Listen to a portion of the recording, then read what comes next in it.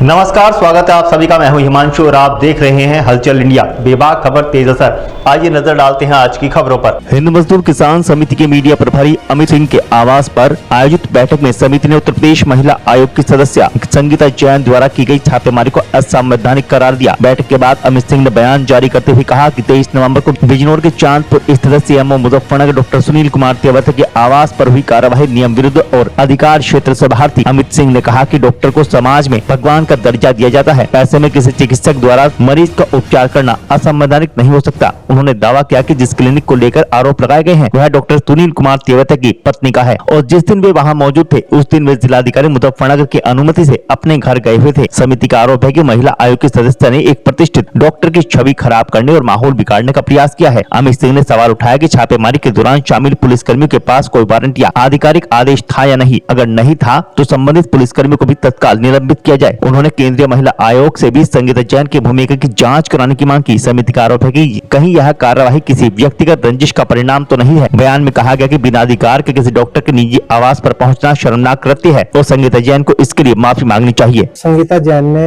Doctor CMO साहब के यहाँ पर जाकर छापेमारी करी, ऐसे बताने छापेमारी करी।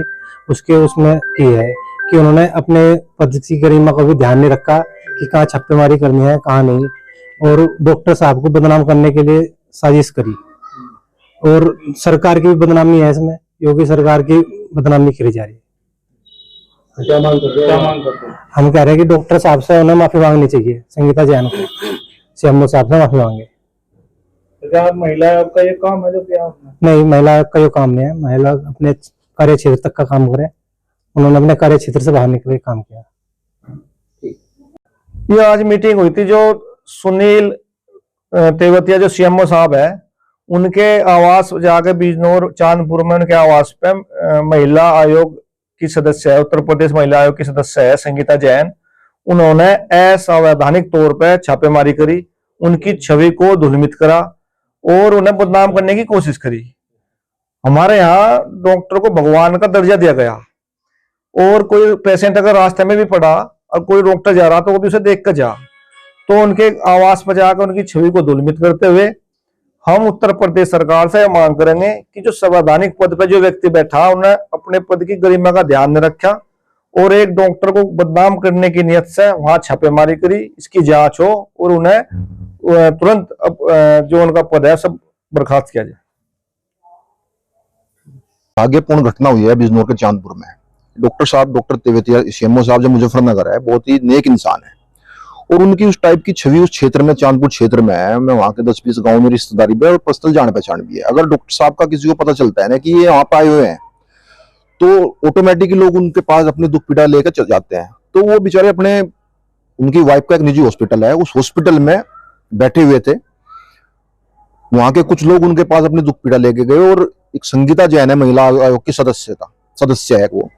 उनका कोई एक निजी स्वार्थ या निजी कोई राजनीतिक मामला था, उस पर तो खैर मैं नहीं जानता कि क्या था, लेकिन सिर्फ और सिर्फ अपनी उस खुंदक को निकालने के लिए, वो अपनी राजनीतिक खुंदक निकालने के लिए डॉक्टर साहब को बदनाम करने के लिए उन्होंने घटना करी। आप अगर उस क्षेत्र में जाकर देखो तो डॉक्टर साहब बहुत ही अच्छे हैं और यहाँ पे भी सीएमओ है, कभी कोई चला जाओ उनके लिए दिन रात बेचारे खड़े रहे, बहुत अच्छे इंसान है। ये मैटर है भैया, इस मामले की निष्पक्ष जांच होनी चाहिए पूरी तरह से और हमारी तो यही मांग है कि इस मामले की निष्पक्ष जांच होनी चाहिए। नहीं तो भैया हम इसमें पक्की बात है कि ऐसे चुप नहीं बैठेंगे। एक भले सभ्य इंसान को इस टाइप से बदनाम होने नहीं दिया जाएगा।